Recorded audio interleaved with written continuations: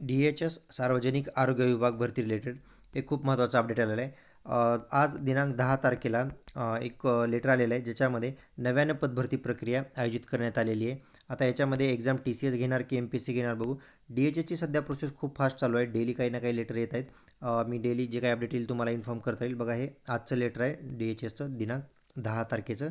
तर याच्यामध्ये बघा काल पण लेटर आलं होतं, मी ते पण दाखवतो तुम्हाला आणि आज परत 10 तारखेला पण लेटर आलेलं आहे.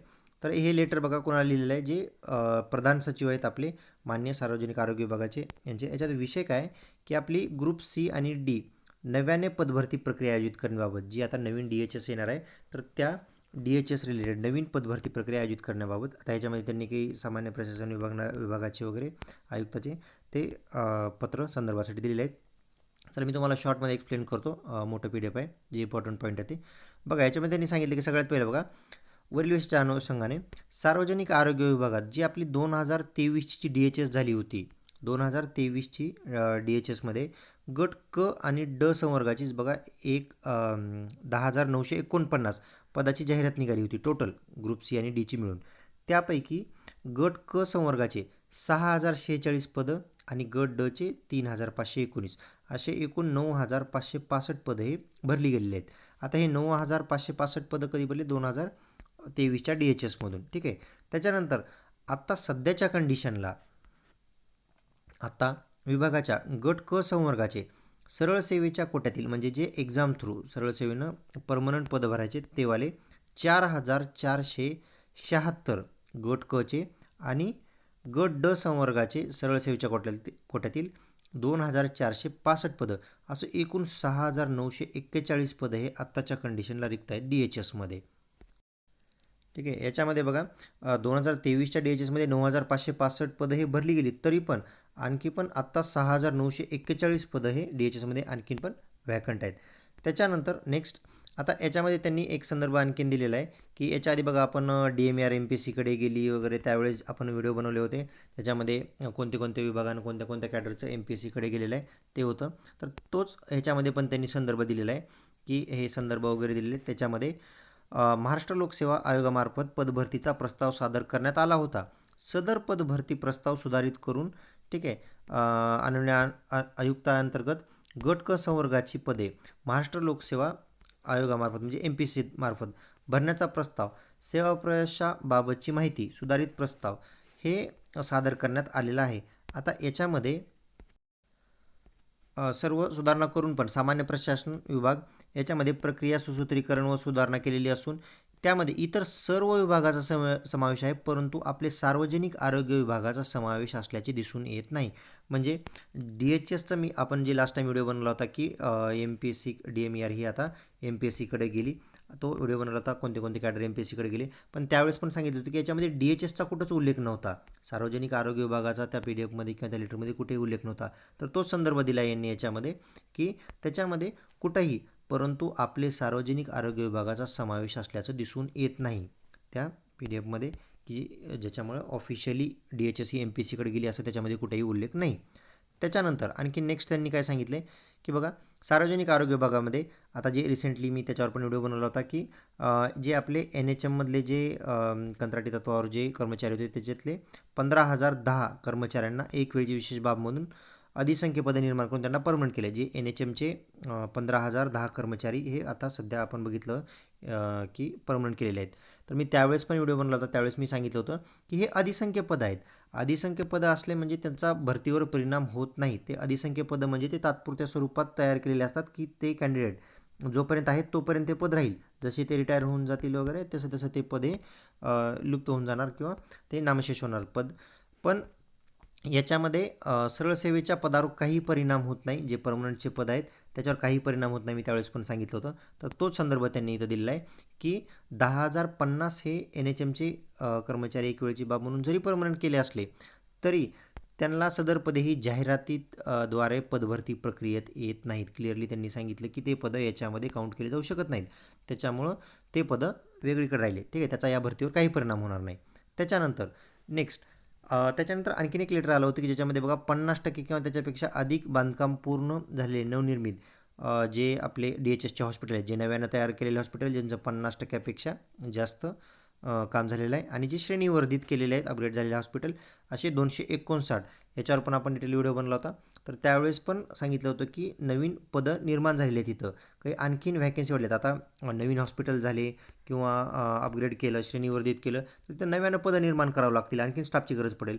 तर अशा वेळेस पण जी काही नवीन पदं निर्माण करण्याची गरज पडली होती, तर त्यावेळेस बघा 7,955 पदं ही त्यांनी नव्यानं निर्माण करण्याची मागणी केली होती. पण त्याच्यातली समजा 2,732 पदं हे वगळली, पण 5,223 पदं नव्यानं निर्माण करण्यास मान्यता मिळालेली आहे. तर आता नवीन आणखीन या पण पदांना मान्यता मिळाली 5,223. ठीक आहे. त्याच्यानंतर नेक्स्ट बघा, आता यास्तव कार्यालयाअंतर्गत म्हणजे ह्यांनी हे सर्व संदर्भ देऊन सांगितले की सध्या गरज आहे की गट क आणि ड सरळ सेवेतील जी रिक्त पद आहेत ते भरण्याची आवश्यकता आहे. सद्यस्थितीत सर्व कार्यक्रम प्रमुख, उपसंचालक परिमंडळ यांच्याकडून प्राप्त माहिती करून, आता ह्यांनी सर्व माहिती गोळा करून सध्याच्या कंडिशनला बघा, गट क ची 5,307 आणि गट ड ची 1,888 असं सध्याच्या कंडिशनला सर्व जर ॲड केलं तर 7,195 पदं हे रिक्त आहेत. आणि सदरील रिक्त पदभरती करावयाची झाल्यास खालील बाबीची आवश्यकता आहे. तर सध्या त्यांनी सांगितलं की आता हे सर्वचे संदर्भ वगैरे सर्व ॲड करून टोटल सगळं प्लस मायनस करून बघा 7,195 पदं ही सध्या वॅकंट आहेत आणि ती आता पदभरती करायची आहे. आणि ती पदभरती करायची असेल तर त्याच्यासाठी काय करावं लागेल तर बघा, सगळ्यात पहिलं एक 13 तारखेपर्यंत बिंदू नामावली तयार करून मागासवर्गीय कक्षा सादर करण्यास सांगितली. याच्यावर मी ऑलरेडी व्हिडिओ बनवला होता, आय थिंक इन्स्टाला टाकला होती रील. ठीक आहे, यूट्यूबला व्हिडिओ टाकला नव्हता, तो इन्स्टाला टाकला होता मी. ते पण लेटर दाखवतो तुम्हाला, कालच लेटर आलं होतं ते. आणि 13 तारखेपर्यंत बिंदू नामावली तयार करून, हे बघा हे वाले ते लेटर आहे 9 तारखेचं. ठीक आहे, सर्व विभागांना सांगितलं होतं की बिंदू नामावली करून पेसा, नॉन पेसा, ठीक आहे, त्याच्या अनुषंगानं वेकन्सी मॅट्रिक्स तयार करून ती मागासवर्गीय कक्षाकडे 13 तारखेपर्यंत सादर करायची. ठीक आहे, खूप फास्ट प्रोसेस चालू आहे. डेली त्यांना 2-3 दिवसाचाच वेळ दिला आहे फक्त. ठीक आहे, तर तो संदर्भ दिलेला आहे इथं पण त्यांनी की 13 तारखेपर्यंत बिंदू नामावली मागासवर्गीय कक्षा सादर करण्याच्या सूचना ऑलरेडी दिलेल्या आहेत. ठीक आहे, त्याच्यानंतर नेक्स्ट की आता बघा, सदर पदे भरण्याची यापूर्वी सार्वजनिक आरोग्य विभागानं TCSकडून एक्झाम घेतली होती. ठीक आहे, आता एक्झाम TCS घेणार KMPSC, तर त्याच्या रिलेटेड काय सांगितले बघायचं त्यांनी की याच्या आधीची जी एक्झाम झाली होती म्हणजे 2023ची, ही 2023ची जी एक्झाम झाली होती ती TCSकडून झाली होती. पण याच्यानंतर TCS कन्सल्टन्सी सर्व्हिसेस यांच्यामार्फत करण्यात आली होती. त्याबाबतचा शासन निर्णय सोबत संदर्भासाठी त्यांनी जोडलेला आहे. आता याच्यामध्ये त्यांनी सांगितलं की याच्या आधीची तर TCSने घेतली होती, पण वर मी तुम्हाला एकदा आताच दाखवलेलं की MPSCकडे जी माहिती पाठवली त्याच्यामध्ये सार्वजनिक आरोग्य विभागाचा कुठेही उल्लेख नाही. जे लास्ट टाईम जी PDF आलं होतं की ज्याच्यामध्ये कोणते कोणते विभाग MPSCकडे गेले, त्याच्यामध्ये सार्वजनिक आरोग्य विभागाचा कुठेही उल्लेख नाही, ते पण याच्यात त्यांनी मेन्शन केले. त्याच्यामुळं आता ही एक्झाम कोण कंडक्ट करणार, तर त्याच्या रिलेटेड बघा त्यांनी सांगितले की यास्तव शासनास विनंती करण्यात येते की नव्यानं पदभरती करण्याच्या अनुषंगाने विभागातील सर्व कार्यक्रम प्रमुख, उपसंचालक म्हणजे डेप्युटी डायरेक्टर, सर्व परिमंडळाकडून त्यांच्याकडील गट क ड संवर्गातील रिक्त पदे तसेच संभाव्य रिक्त पदे म्हणजे जी आता रिसेंटली रिक्त होणार आहेत, वॅकंट होणार आहेत तीवाली समावेश करून मागासवर्गीय कक्षाकडून बिंदू नामावली प्रमाणित करून घेण्यास आणि बिंदू नामावली प्रमाणित करून घ्यायला त्यांनी 13 तारखेपर्यंत पाठवायला सांगितलेलं आहे ऑलरेडी मागासवर्गीय कक्षाकडे. मी ते पण लेटर दाखवलं तुम्हाला. पदभरती प्रक्रिया TCS and Tata consultancy services अथवा बघा इथं क्लिअरली अथवा महाराष्ट्र लोकसेवा आयोग MPSC यांच्यामार्फत करण्यात यावी याबाबत शासन स्तरावरून मार्गदर्शनपर आदेश व्हावे ही विनंती. म्हणजे सहसंचालकांनी सचिवांना, प्रधान सचिवांना विचारले. ठीक आहे, हे सर्व संदर्भ वगैरे झाले, किती किती वॅकन्सी आहेत, कुठं वॅकन्सी, ते सर्व सांगितलं. आणि सध्याच्या कंडिशनला 7,195 बघा पदं रिक्त आहेत. आणि त्याच्यासाठी त्यांनी सांगितले की जे आता एक्झाम करणार ह्याच्या आधीची MPSCकडे जी गेलं त्याच्यामध्ये DHSचा कुठेही उल्लेख नाही आणि लास्ट टाईमची तर TCSने घेतली होती. तर हे दोन्ही उल्लेख केले त्यांनी. आणि आताच्या कंडिशनला कोणाकडून एक्झाम कंडक्ट करायची बघा, TCS अथवा ठीक आहे और MPSC महाराष्ट्र लोकसेवा आयोग, तर त्याच्यासाठी मार्गदर्शन मागवलेलं आहे. म्हणजे सध्याच्या कंडिशनला आणखीन पण हे कन्फर्म नाही की TCS एक्झाम घेणार आहे की MPSC घेणार आहे. सध्या फक्त त्यांनी सांगितलं आहे की लास्ट टाईम TCSने घेतली होती आणि आता MPSCकडे दिलेला आहे, पण MPSCमध्ये जे गेले लेटर त्याच्यामध्ये आपला सार्वजनिक आरोग्य विभागाचा कुठेही उल्लेख नाही आहे. तर मग एक्झाम कोणाकडून कंडक्ट करायची, ठीक आहे, कोण घेणार एक्झाम, तर त्याच्याबाबत मार्गदर्शन मिळावे ही विनंती असं त्यांनी पाठवलेलं आहे. ठीक आहे, त्याच्यानंतर आता जे जे वर संदर्भ दिले होते त्याचे लेटर त्यांनी खाली दिलेले आहेत.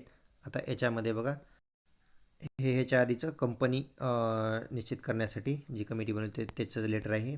TCSकडे दिलं होतं त्यावेळेसचं, त्यावेळेसचं लेटर जोडलेलं आहे. त्याच्यानंतर आता हे नवीन जे श्रेणीवर्धित हॉस्पिटल वगैरे झाले 50%पेक्षा जास्त काम पूर्ण झालेले आणि श्रेणीवर्धित झालेले, तर हे पण मी ऑलरेडी PDF आलं होतं त्यावेळेस पण मी व्हिडिओ बनवला होता, त्यावेळेस पण मी हे PDF दाखवलं होतं तुम्हाला.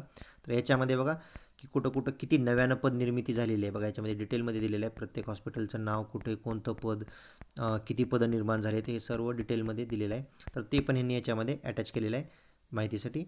तर DHSचं बघा खूप म्हणजे खूप फास्ट प्रोसेस चालू आहे. डेली काही ना काही अपडेट आहे आणि डेली एक एक दिवसावर त्यांना दिलेलं आहे की 2 दिवसात माहिती, 3 दिवसात माहिती, लगेच पुढली प्रक्रिया.